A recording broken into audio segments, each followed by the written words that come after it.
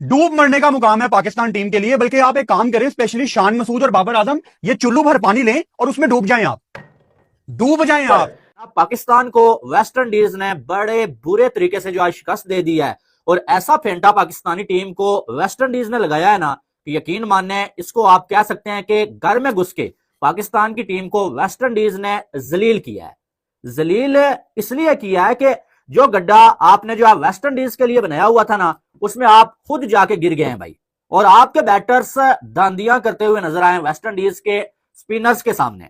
इनको तबाह बर्बाद करने वाले ये कमीने किस्म के क्रिकेटर्स हैं। ये क्या कमीनापन की दिखाया इन लोगों ने। आज वेस्ट इंडीज के हाथों पिल के बैठ गए और कुत्ते की तरह धुल के बैठ गए। ये कौन सी क्रिकेट खेली है भाई? ये बाबर आजम को तुम लोग बाप बनाकर बैठे हो। ये क्या किया इसने? मस्ट नीडेड मैच था आज। तो यकीन करो बाबर आजम के पास चांस था, रिजवान के पास चांस था कि जीत कर पाकिस्तान का नाम रोशन करते और अपने ऊपर तमाम लगाए हुए दागों को मिटाते। लेकिन ये क्या किया इन लोगों ने? ये पाकिस्तान क्रिकेट टीम के ऊपर लगे खुद दाग है, धब्बे हैं पाकिस्तान क्रिकेट टीम के ऊपर। घर में भी तुम लोगों से बैटिंग नहीं होती। वो मिसाल ले लो इंजमामुल हक से, जिसने अकेले ने खड़े होकर मुल्तान में टेस्ट मैच जितवा दिया था बांग्लादेश के। मेन बैट्समैन है, पूरी टीम आप पर रिलाय कर रही है और आप इस तरह की बैटिंग करेंगे। 2016 से बाबर आजम टेस्ट क्रिकेट खेल रहा है, नंबर 1 बैट्समैन रहा है, तो फिर टीम का मोरल डाउन नहीं होगा उनके आउट होने के बाद? डेफिनेटली आपका जो एस प्लेयर होता है, जो टॉप क्वालिटी प्लेयर होता है, दुनिया की रैंकिंग में टॉप मोस्ट माना जाता है, तो वो 19 इनिंग के बाद 350 नहीं करता, जो अभी स्टैट्स आपने मुझे बताए। तो इसका मतलब यह है कि उनका फेलियर फॉर सम रीजन और दी अदर रहा।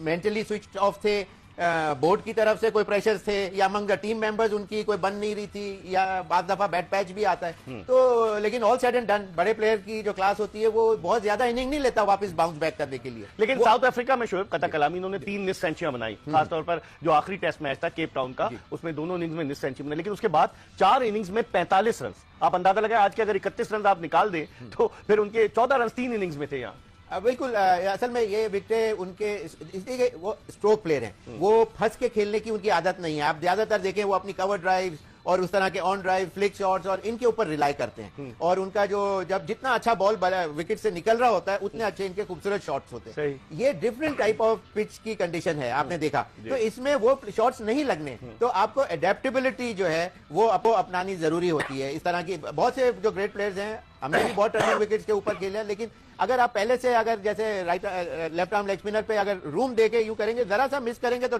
आपको बॉडी को अंदर ले जाना पड़ता है। बॉल को सेंटर में, बॉडी के सेंटर में ले, ऑफ पे के टर्न भी ज्यादा हो तो आप मैनेज कर सकें। तो मेरे ख्याल से टेक्निकल फ्लॉ ज्यादातर बैट्समैनों का देखने में आया मुझे, और वही रीजन है कि ये आउट होते चले गए। अपनी घटिया बैटिंग करके जा रही है पाकिस्तान की क्रिकेट टीम। वो वेस्ट इंडीज 9वें नंबर की टीम है यार, उनमें से किसी एक प्लेयर का सही तरीके से अभी हमें नाम भी नहीं आता है। और जिस तरह की बैटिंग अपने आप को वो अप्लाई करके जा रहे हैं आप लोगों के स्पिनर्स के अगेंस्ट, आप आते हैं तो भीगी बिल्ली की तरह जो है ना ढेर होकर चले जाते हैं। कोई सर ना पैर, अभी तक आपको टेस्ट क्रिकेट की टेक्निक तक नहीं पता लगी है कि टेक्निक होती क्या है, खेलना किस तरह है। आपके बल्ले अभी तक इतने टर्निंग पिच पे जो है ना साइड में, शान मसूद को सीधा बॉल हुआ है, सिग्लर का नया बॉल है और स्पिनर का वो लाइन ही मिस कर गए, सीधी की सीधी बॉल, मतलब यहाँ पे वो यहाँ खेल गए। तो यहाँ पे पिच का क्या कसूर हुआ भाई? बल्ला आपने आगे रखना है पैडों के, जब टर्न हो रहा है आगे आप एक्सक्यूज देके चले जाते हैं। आप कितनी दफा इस तरह के पिछले इनिंग के अंदर शान मसूद ने जो शॉट मारा है किमार रोज को, वो भी पिच का कसूर था। अभी सीधे बॉल पे जो शान मसूद दोबारा से बल्ला साइड पे रख के आउट हो गए, लाइन सीधी सीधी मिस कर गए हैं। बेसिक है ये टेस्ट क्रिकेट की, वो भी पिच का कसूर है। उसके बाद अभी कुछ हुआ नहीं, आपका हुरैरा ने रिवर्स स्विप मार दिया, वो भी पिच का कसूर है। सीधा बॉल हुआ है, आउट हो गया लेग बिफोर।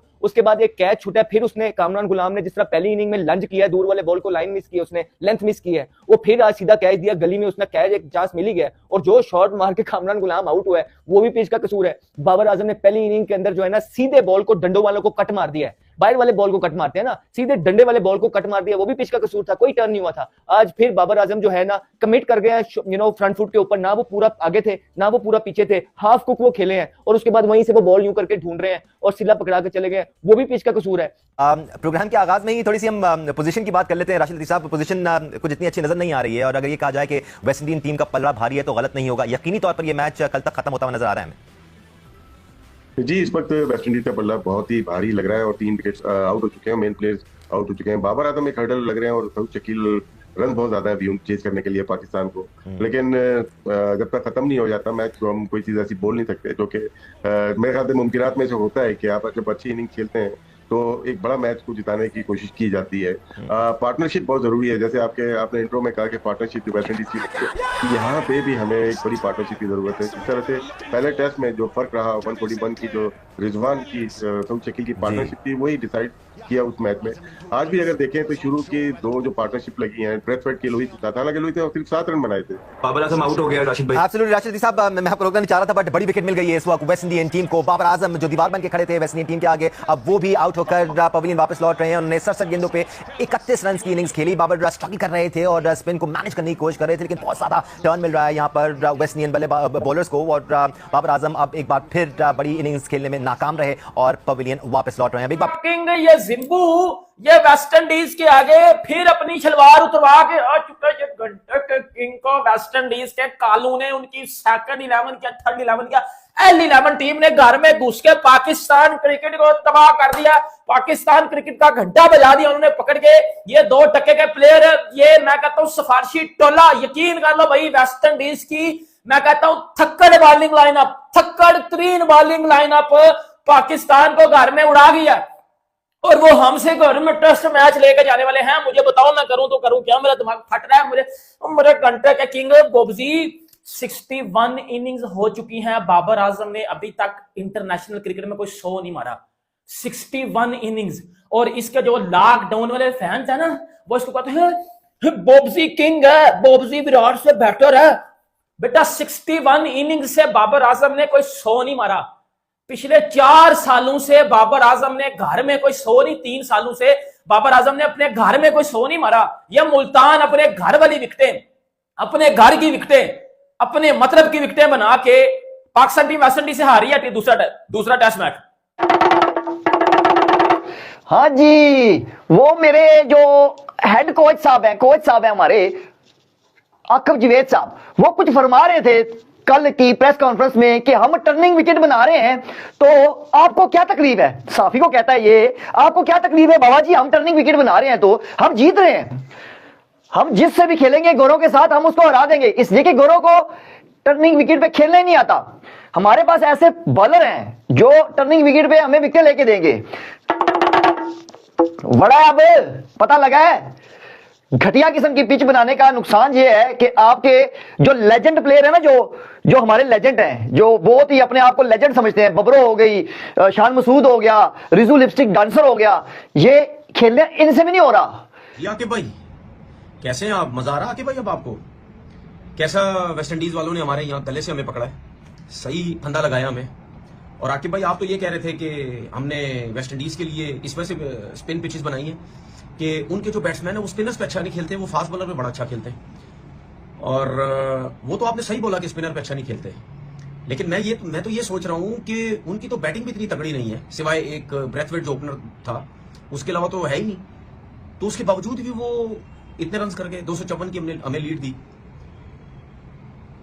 ये वही नुमान अली है जिसने हैट्रिक की, ये वही साजिद है ना जो सारा हवा सबका बना हुआ था कि जी ये बड़े क्लास किसके बॉलर्स हैं, सब कुछ है। मैं तो इनकी वो बात ही नहीं कर रहा कि इन्होंने विकेट्स नहीं ली या इन्होंने हैट्रिक क्यों की या बॉलिंग अच्छी नहीं की। मैं तो इनके बारे में काफी दिन से ये बात कर रहा हूं। जब इन पे अटैक किया जाता है, जब इनको विकेट्स नहीं मिलती है, ये एक नॉर्मल से बॉलर लगते हैं, जो कि आज हमें नजर भी आया। वेस्ट इंडीज ने अपनी अप्रोच बिल्कुल चेंज की। ब्रेथवेट जो उनका कप्तान, उसने अपनी अप्रोच, सोच, खेलने का स्टाइल बिल्कुल चेंज किया। अटैकिंग क्रिकेट की, छक्के भी मारे, चौके भी मारे, इनकी लाइन खराब कर दी उसने। इनको कुछ पता नहीं चल रहा था हम क्या बॉल करें। हो सकता कहीं ना कहीं आपको आज का दिन देख के ये जरूर नजर आ रहा है, शायद कहीं ना कहीं हर बॉल उस तरह का ब्रेक नहीं हो रहा जिस तरह पहली दिन हो रहा था। जिस चीज का आप कह सकते हैं ना खौफ था, डर था, वही हो गया। मेरी कोशिश थी किसी तरीके से पाकिस्तान को 200 का टारगेट ना मिले। 200 तो दूर की बात, 250 बोर्ड के ऊपर आ गया भाई साहब। हम लगे हुए थे किसी तरीके से 150 पे आउट कर लो। वेस्ट इंडीज पूरे टूर के अंदर वेस्ट इंडीज की बल्लेबाजी नहीं चली। आखिरी इनिंग्स के अंदर वेस्ट इंडीज के बल्लेबाज ऐसे चले और हर बंदा चला, कोई इंडिविजुअल नहीं चला, हर बंदे ने थोड़े थोड़े रन किए और क्या हुआ, 250 बोर्ड के ऊपर लग गया। अब ये 250 चेस कैसे होगा? लग गए पाकिस्तान के